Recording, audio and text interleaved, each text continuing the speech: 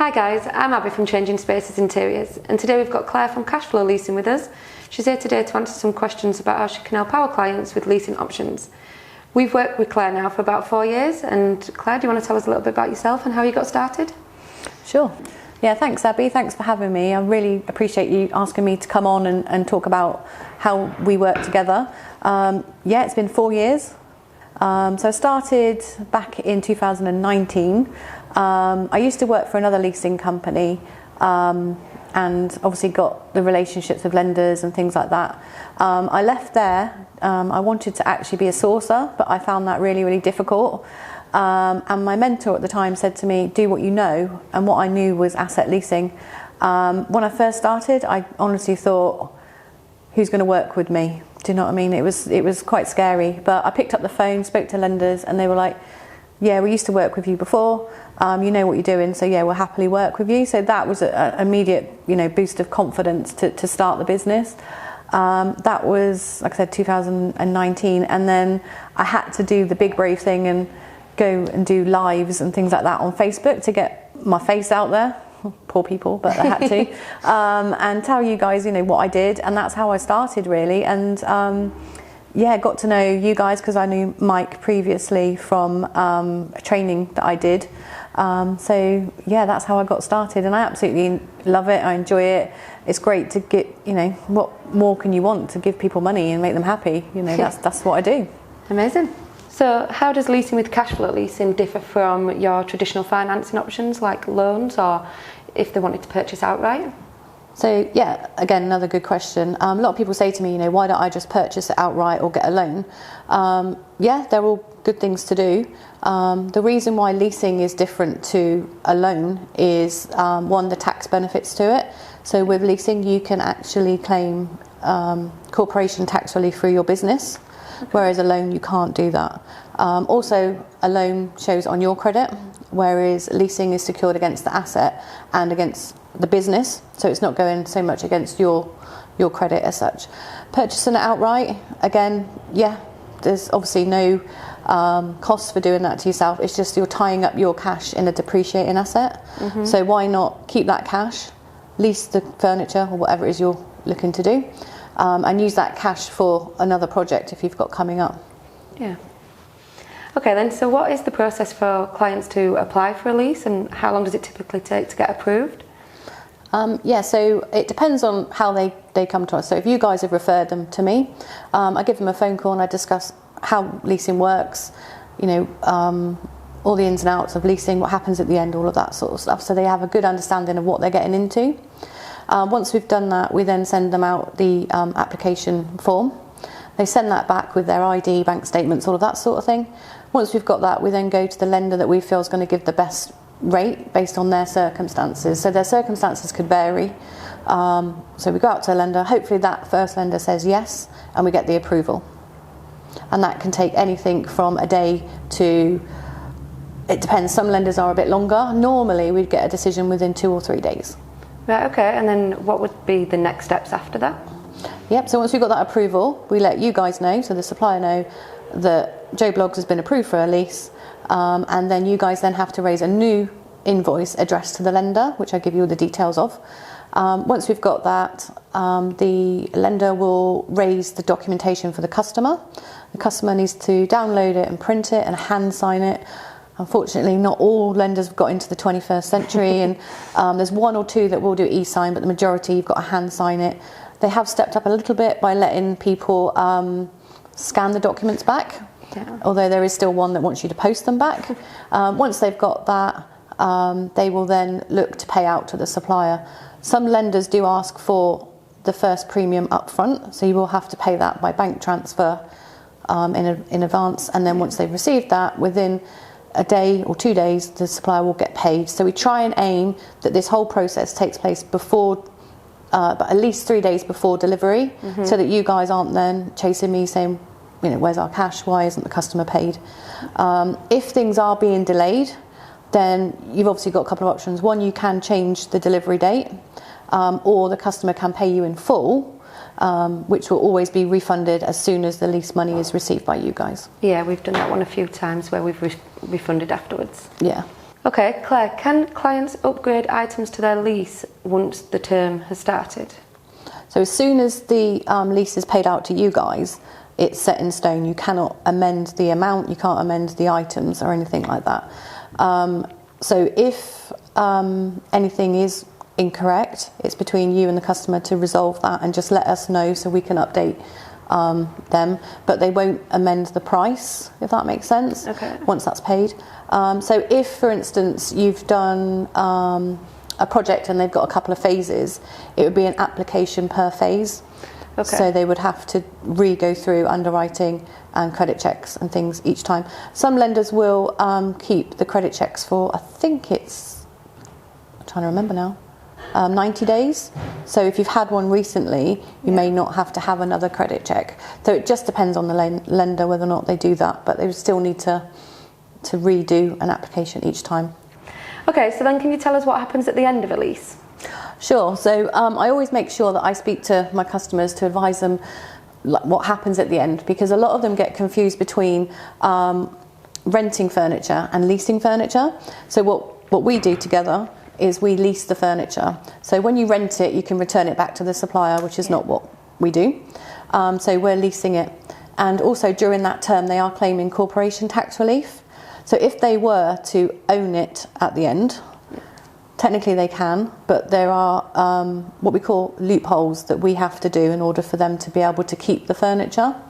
So what we do is we contact them 4 months before the end of the lease, and we give them two options. Option one is continued use. So what that means is they pay a lump sum, the equivalent of 2 months premium, and that extends use of those items for another 2 years, so they've got 5 years in total. If they had purchased that furniture, after 5 years the accountant would have written it off under wear and tear. So at the end of those 5 years, HMR say you must dispose of it, basically. You don't have to, but most people would have got rid of it by then anyway. The other option is you can nominate a third party.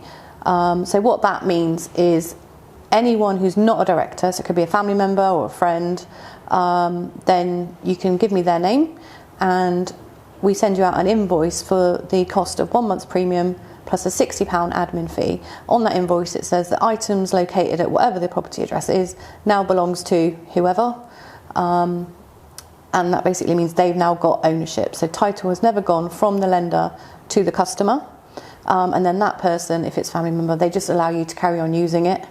So they sort of gift it to you. So that's, so it's a long-winded answer, but I always make sure the customer knows what happens at the end. If they don't opt for one of those, then the lender will go into what's called secondary rentals, which means they will carry on charging them for another few years. Okay. So we always make sure that we get them out. Yeah, that's really good to know, because I've never heard about what happens at the end of a lease, because once I've done the introduction to the client, then it's all left down to you then until delivery, and then obviously we do the invoicing, so that's really good to know. Yeah. Right, so what happens then if a client wants to get out of the lease before the end of the term? So that's a really good question actually, and I do get asked that a lot when I go out speaking and at events and things.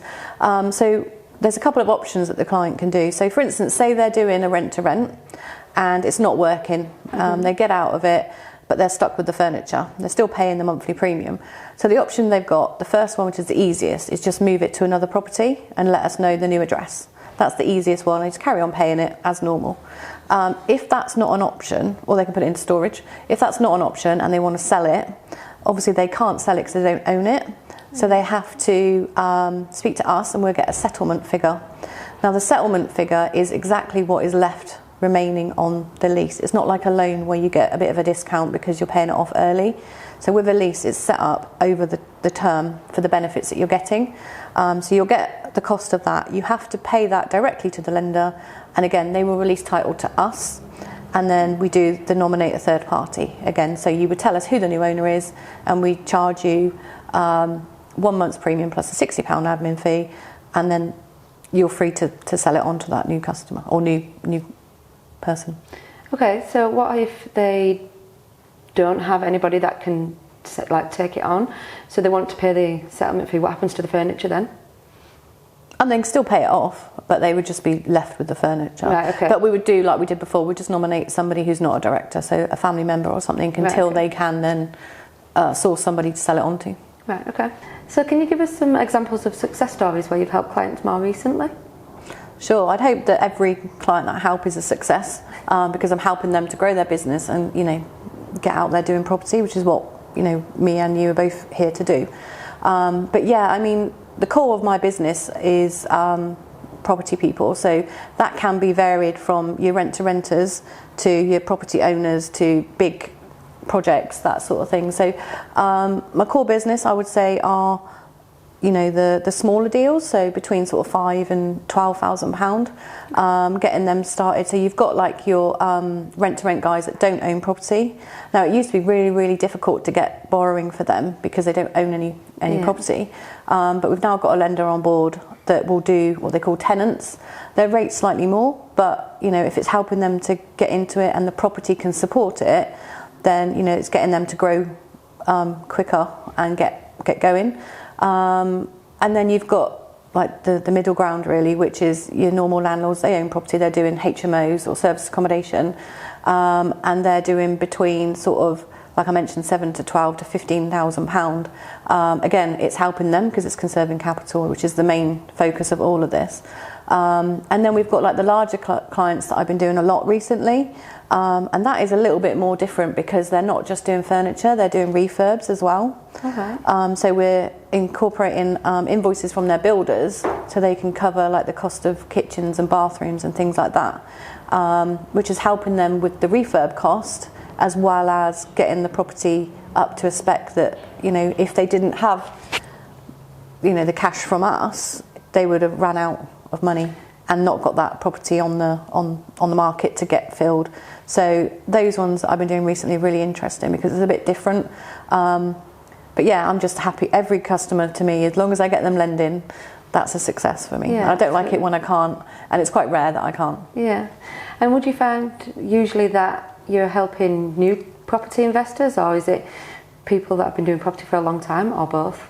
It's a bit of both really, and it's quite nice when you do get the new ones because you find that they're loyal and they stay with you, and every time they've got a new one they go, Claire, I've got another one, let's get going, sort of thing. So it is really nice to get those new ones. But like I said, I have got the more experienced investors that are doing the bigger projects, which again I love working with them because sometimes it's easier because they've got a lot behind them, so they've got the experience, they've got property, they've got numerous businesses and things like that, which you need to understand the customer in order to know how to get a yes. And I think that's why I'm a little bit different from a lot of the brokers on the market, is that the customer will come to me and they will explain everything about their project and why they want the money.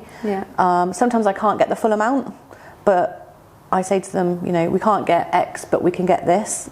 And something sometimes is better than nothing for some of these customers. So yeah, really enjoy it. So I didn't know that you could do kitchens and bathrooms. I didn't know that. Yeah, that's not. I'm just like, I did not know that. I don't think I knew that anyway. That's good. Been doing a lot more recently. Yeah, that's really good. So can we talk a little bit then about the interest rates and the fees associated with them? Of course, yeah. People always think that leasing is expensive, and like it is with most lending, there is a cost to do it. Interest rates generally are around the 20% mark. Again, that does sound a lot. However, you do have the corporation tax relief. So when you take that off of what you're paying, it actually brings it down to a more reasonable amount.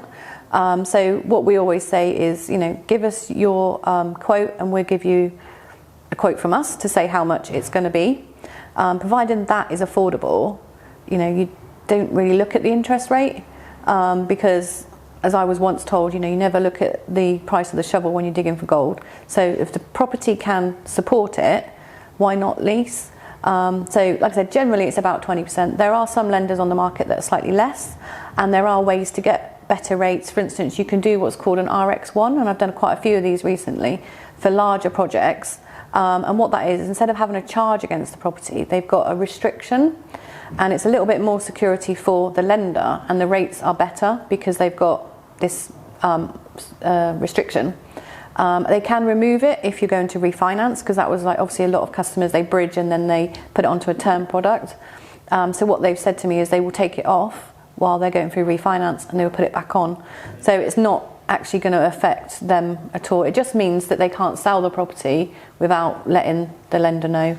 Yeah. So there's better rates for that. And also trickier ones, so like you rent to rent non-homeowners, the rates for that is slightly more than 20% because it's a higher risk for the lender. So it used to be before lockdown you could have a newer business, an established business, and you would get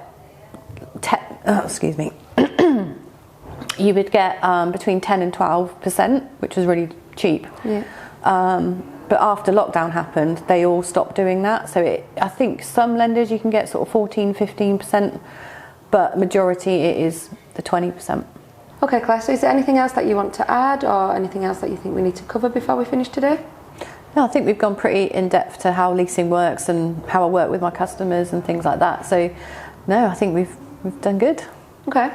So if anybody has got any projects coming up or they would like to know a little bit more if we've missed anything, if you want to get in touch with me and I can put you in touch with Claire.